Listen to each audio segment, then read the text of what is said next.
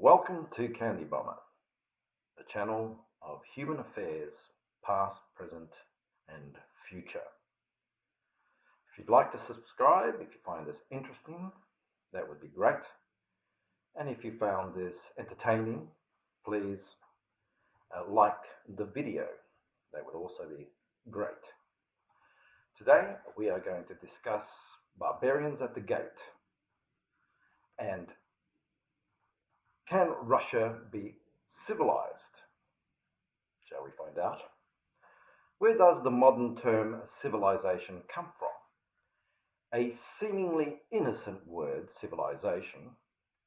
It is a neologism, a newly coined word of expression, which is what the word means.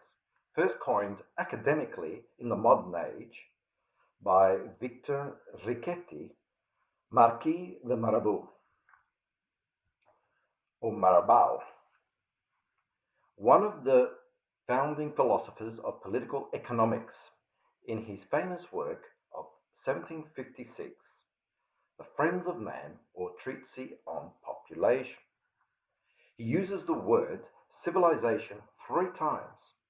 In the first place, to refer to religion, which religion is indisputable in the first and most useful break of humanity against the reality of chaos. It is the first instance of civilization.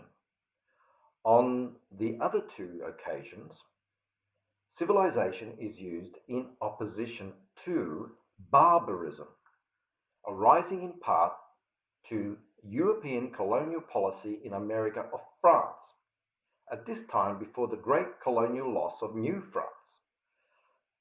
Mirabeau thought that many other French enlightened people believed. Thought what they actually believed, he did. That we must civilize the savages of these new barbaric American colonies. The term civilization became popular in Europe in the 1750s. However, in the 1770s, barbaric civilization became linked to Russia. Diderot, who helped create the Enlightenment vision of the encyclopedia, used the word civilization to title a work of his own, naturally on Russia. In 1772, when the encyclopedia was completed, Diderot finds himself without a job and little money. He accepts an offer of employment from Catherine the Great of Russia. Catherine had already helped him before without him knowing. When the philosopher had to put his great library up for sale to give his daughter a good dowry, Catherine learnt of this predicament through her contacts and friends in France. She bought the writer's library, and Diderot was able to keep his books in return. Diderot always showed great consideration for his benefactress, with whom they say they had a close relationship. And I'm not going there for now. But this affection did not extend to Russia itself. A few months before leaving for Russia, Diderot had written in a travel supplement by the way of the new colonies and how a traveler should adopt the enlightened view before a culture that is different from their own. To paraphrase, you have to take on the habits of the place you visit, yet preserve your own, was the gist of it. But this only applied to pagan new lands, like the Americans and its colonies. To the Russians, so Christian as him, about this empire, on the other hand, he wrote savagely and often. Here he opposes the point of view defended by our friend Voltaire. Remember Voltaire? Who thought possible to make the arts and sciences flourish in Russia. This version of civilization would be guided by us, the French. Enlightened civilization and Russia seem to deterot, two opposing concepts and difficult ones in that. Catherine the, Catherine the Great's project to civilize Russia and rip the people from the clutches of barbarism seemed to deterot an attainable goal. It has to be said that the Empress wanted what the Empress wanted actually to do was to modernize Russia, not abandon the inherited glorious Russian past.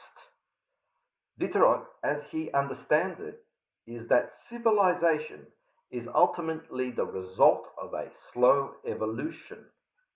The idea of evolution starts to manifest itself in the Enlightenment.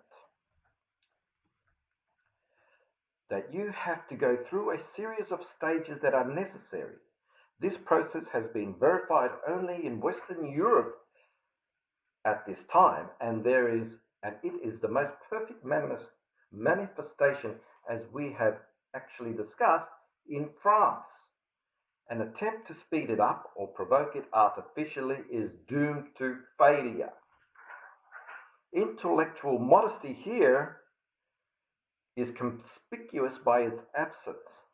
On the particular theme of Russia, the illustrated show no shame. This immoderate intellectual pride is not an exclusive characteristic of the illustrated age, but it can be affirmed that this is one of the times in history of greatest intellectual self-complacency.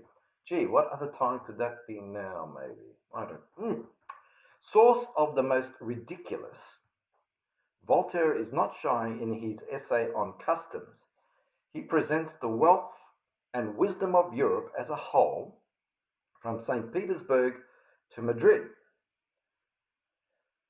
But he declares that there is a special genius in the character of our part of Europe, and Western Europe in particular.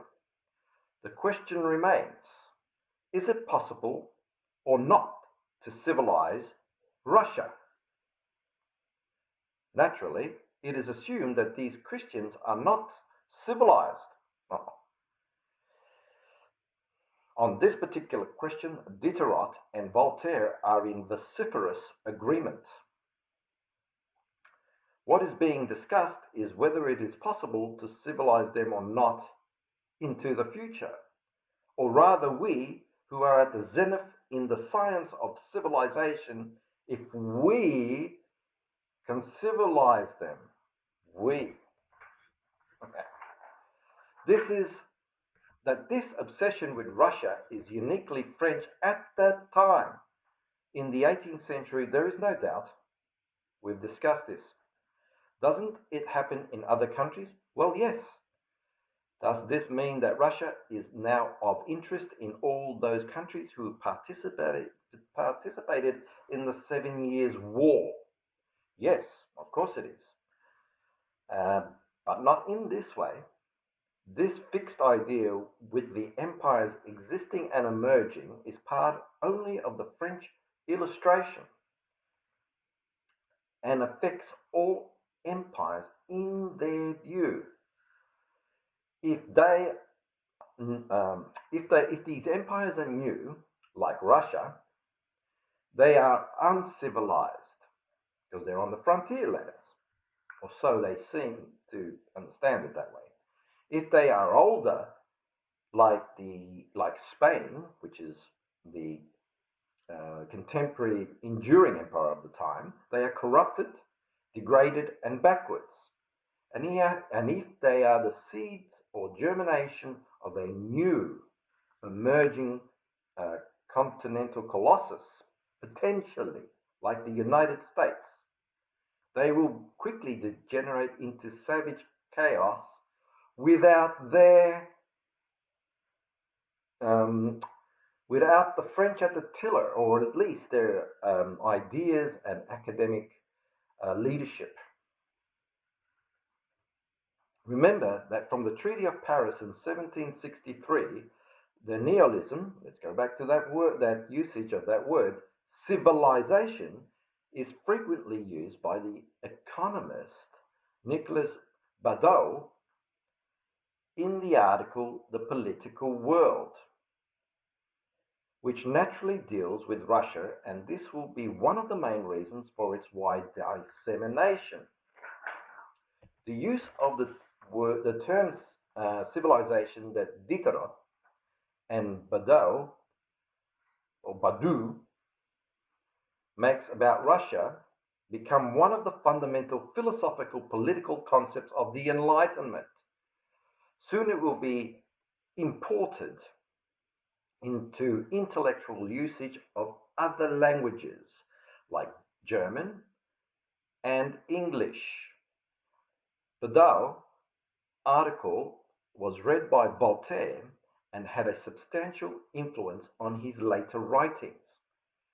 The word civilization is popularized in France, linked to Russian barbarism and in opposition to Russian savagery, supposedly. Civilization is what Russia lacks.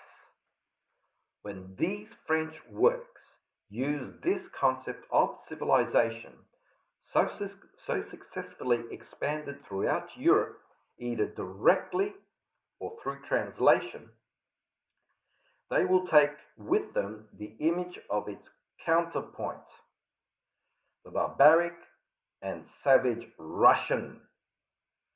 Russia will be forever a place where civilization is a veneer and never really takes hold. The barbarian and the Barbary just waiting to overrun the West. Does this sound familiar? Thank you.